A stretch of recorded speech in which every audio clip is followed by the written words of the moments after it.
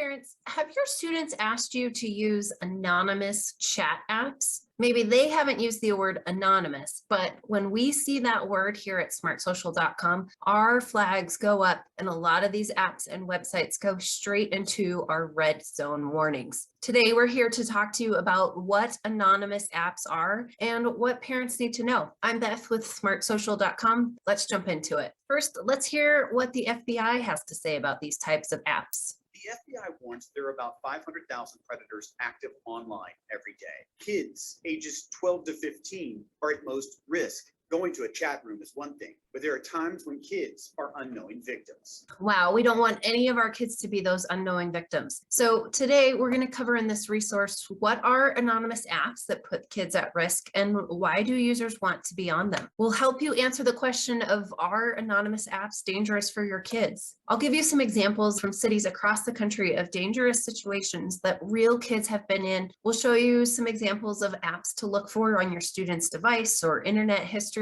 or even if you're just researching an app, how to tell if something is anonymous and has these red flags. We'll give you 7 tips to try today as a parent or an educator and how to start some of those conversations with your family. And a bonus tips for students. So what are anonymous social media apps? Here's one example from the app Yik Yak, which is very popular again. It was popular a few years ago. They got in a lot of trouble because of some of the threats that were made on the app. So it was taken down, and just recently it's come back again. But in their marketing on Google Play, their image here says anonymously connect with everyone within 5 miles. So 2 red flags right there, anonymous and that they are basing it on a student's location. That's pretty scary. Anonymous social media apps or websites do not conduct any, or they conduct very little identification checks to ensure that users are the person or the age that they are claiming to be. Users share ideas, ask questions, and interact with each other without revealing their identity. Anonymous apps or sites often do not require a validated email address or a phone number to register, and this means that users can sign up for an unlimited number of usernames, regardless of whether the app monitors or enforces the rules. So if you report somebody on one of these apps and the app developers decide that they have broken the rules and kick that user off, there's nothing holding back that person from rejoining with a different username.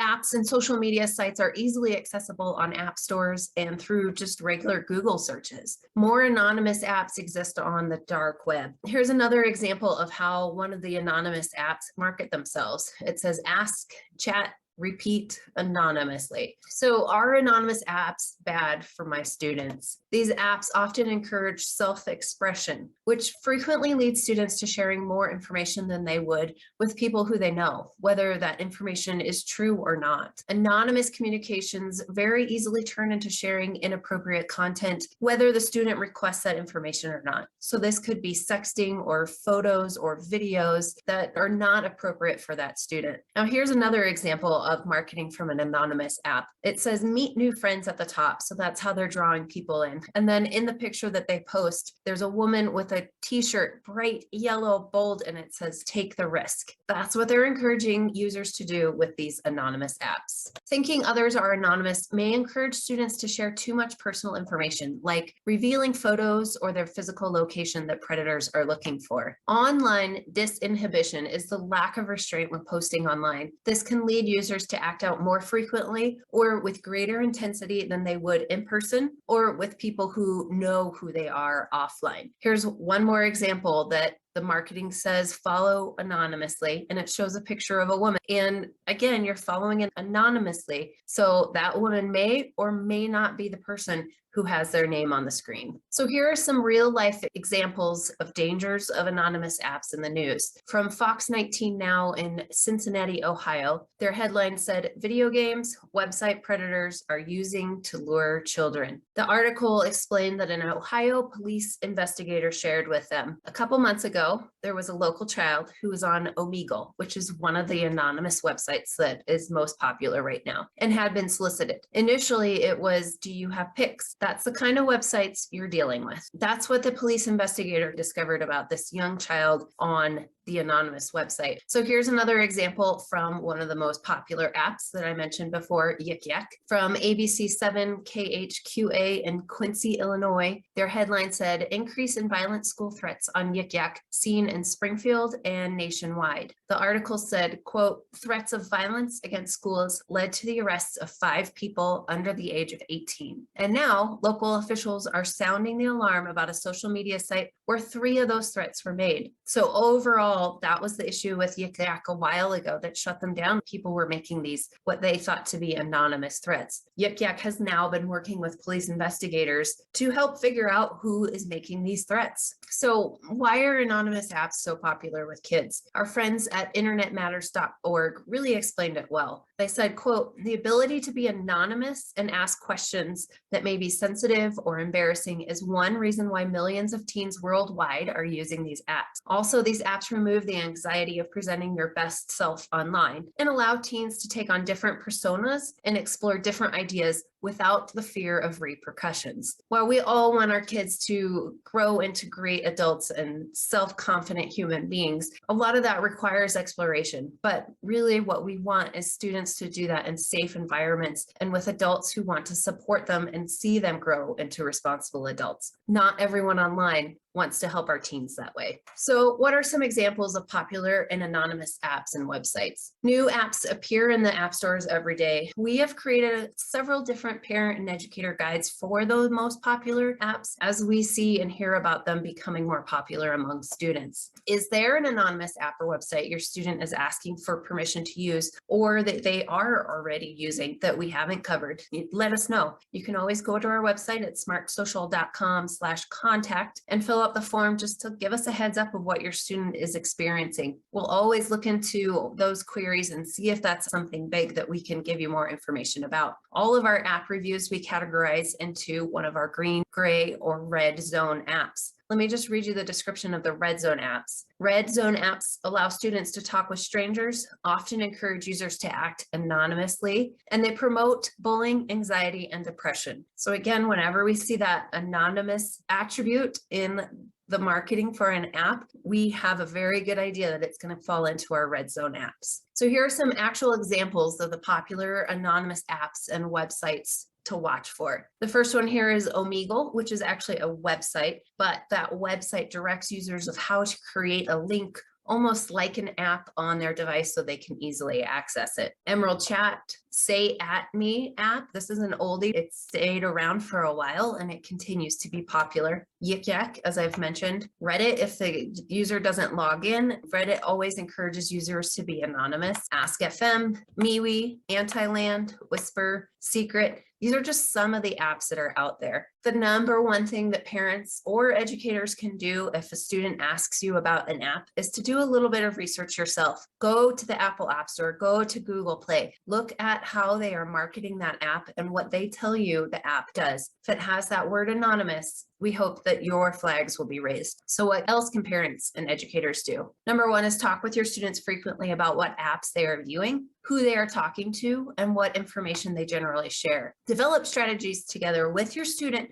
to recognize when their actions are being driven by pressure to be themselves or through peer pressure versus following their own interests or goals. Consider creating a list of acceptable apps or websites with your students and talk about why you think some of these apps are dangerous. One recommendation we give to all of our members is to take the Smartphone and Social Media Agreement course for students and parents.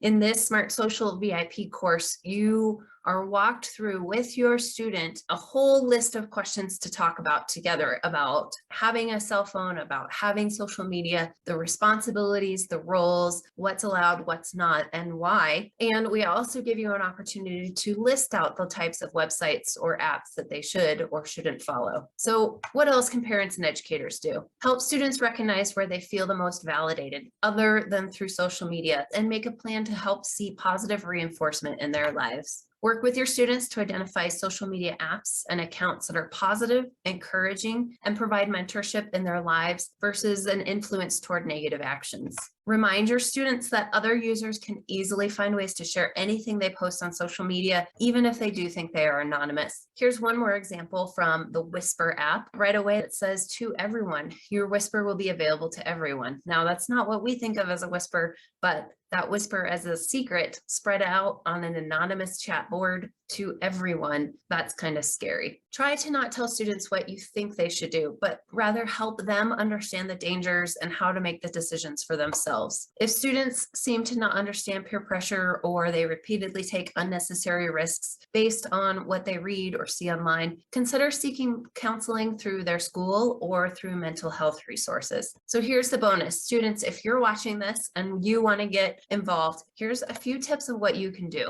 If your friends want you to join an anonymous app, find another way to connect with them, like maybe a text group or a text app, or suggest one of the other apps in the green or yellow zone of the SmartSocial popular teen apps list. Students, you can remind your friends that nothing posted online is ever truly anonymous, and many apps and websites work with the police to investigate threats or evidence of breaking the law with digital tracking. So I showed you one example earlier, but here's one more example for students. This came from West Virginia University. So these are college students. In their student newspaper, their headline said, "Anonymous app helped police identify WVU students behind false online posts." The article explained what happened here. 4 students faced disciplinary action after posting false information on the anonymous social media site Yik Yak. Police reports reveal university police worked alongside Yik Yak to identify the students behind these posts. Yik Yak provided each student's phone number and IP address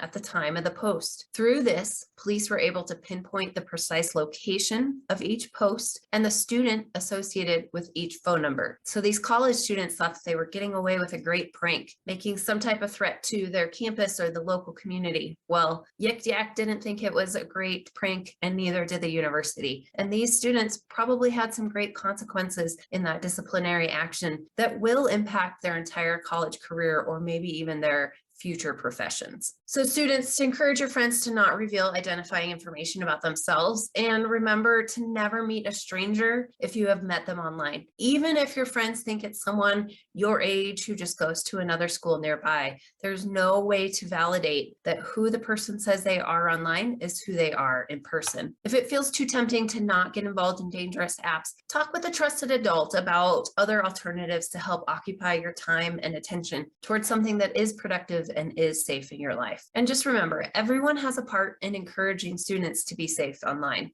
So what did you think about this guide? What social media challenges do you see your kids following? Tell us about it. Parents, if you are a VIP member that is sponsored by one of your schools, tell your school or organization who sponsored you what you thought of this course. If you are not yet sponsored by a school or organization, tell your school about this program. Your feedback about these courses will help us continue sharing these tips with other parents. In general, just keep learning about social media. You can join the SmartSocial VIP or Very Informed Program membership for yourself for full access to all of our 400+ social media safety resources. You can scan the QR code on the screen or go to smartsocial.com/VIP.